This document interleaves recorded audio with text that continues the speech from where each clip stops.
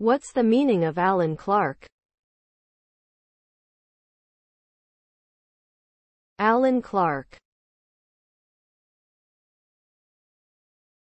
Alan Clark. Alan Clark. Alan Clark. Alan Clark. Alan Clark is a name that commonly refers to a British politician and diarist who served as a Conservative Member of Parliament from 1974 to 1992.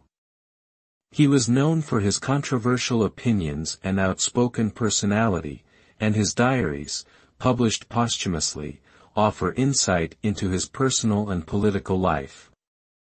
Additionally, there are various individuals and places that may be named after Alan Clark, but the most notable reference is likely to the politician and his legacy in British politics and literature.